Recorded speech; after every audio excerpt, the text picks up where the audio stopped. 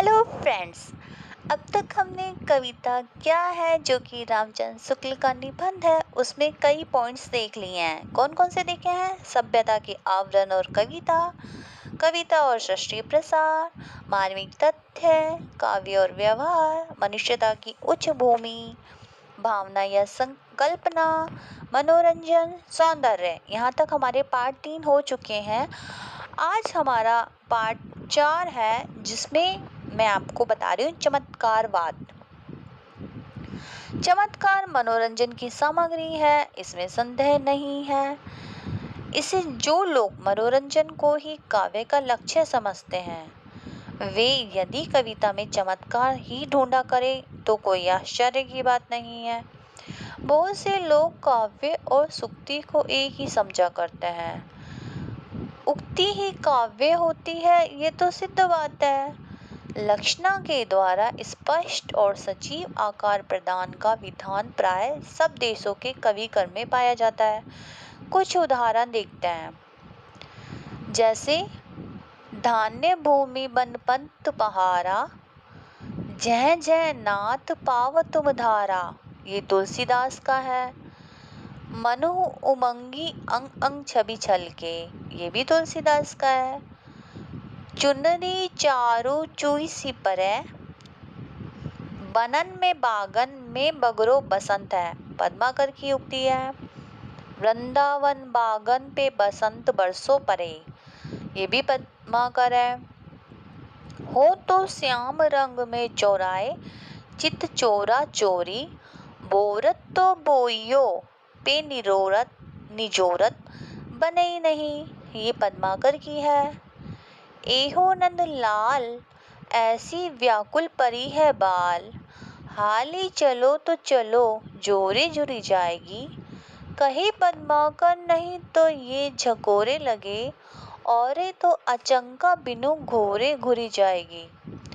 तो ही लगी नैन जोलो जेती न चंद्रमुखी, जदकि कहे तो चांदनी में चुरी जाएगी। काव्य एक बहुत ही व्यापक कला है।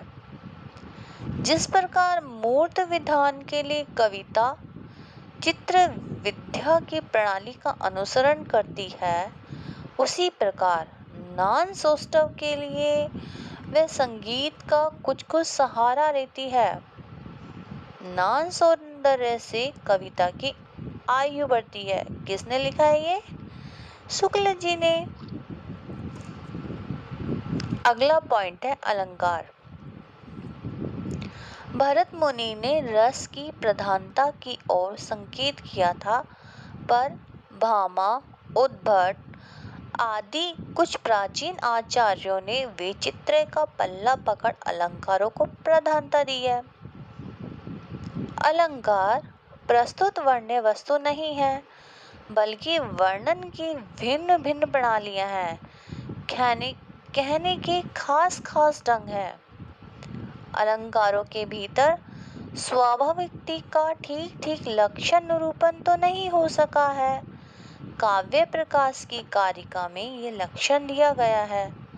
स्वभावोक्ति, निभांदे, स्वक्रिया रूप वर्णनम, ये अलंकार वाला पॉइंट हो गया है। अब अगला पॉइंट है कविता पर अत्याचार। कविता पर अत्याचार भी बहुत कुछ हुआ है।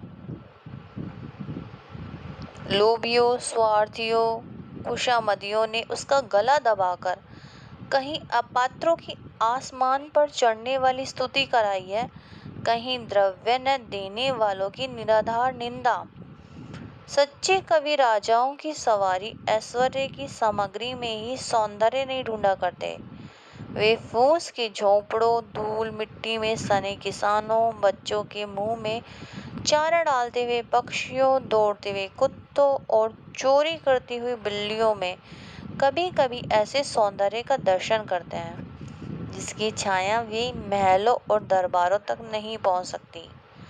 श्रीमानों के शुभागमन पर पद्य बनाना, बात बात पर उनको बधाई देना कवि का काम नहीं है। जिनके रूप या कर्मकलाप जगत और जीवन के बीच में उसे सुंदर लगते हैं, उन्हीं के वर्णन में वह स्वांत सुखाय प्रवृत्त होता है। कविता की आवश्यकता। मनुष्य के लिए कविता इतनी प्रयोजनीय वस्तु है कि संसार की सभ्य असभ्य सभी जातियों में किसी न किसी रूप में पाई जाती है। चाहे इतिहास न हो, विज्ञान न हो, दर्शन न हो, पर कविता का प्रसार अवश्य रहेगा। कविता मनुष्य जाति के साथ लगी चली आ रही है और चली चलेगी। जानवरों को इसकी जरूरत नहीं है। तो आज ये निबंध यहीं खत्म होता है। Thank you for watching this video. I hope you like it. Please like, share and subscribe to my channel. Bye bye.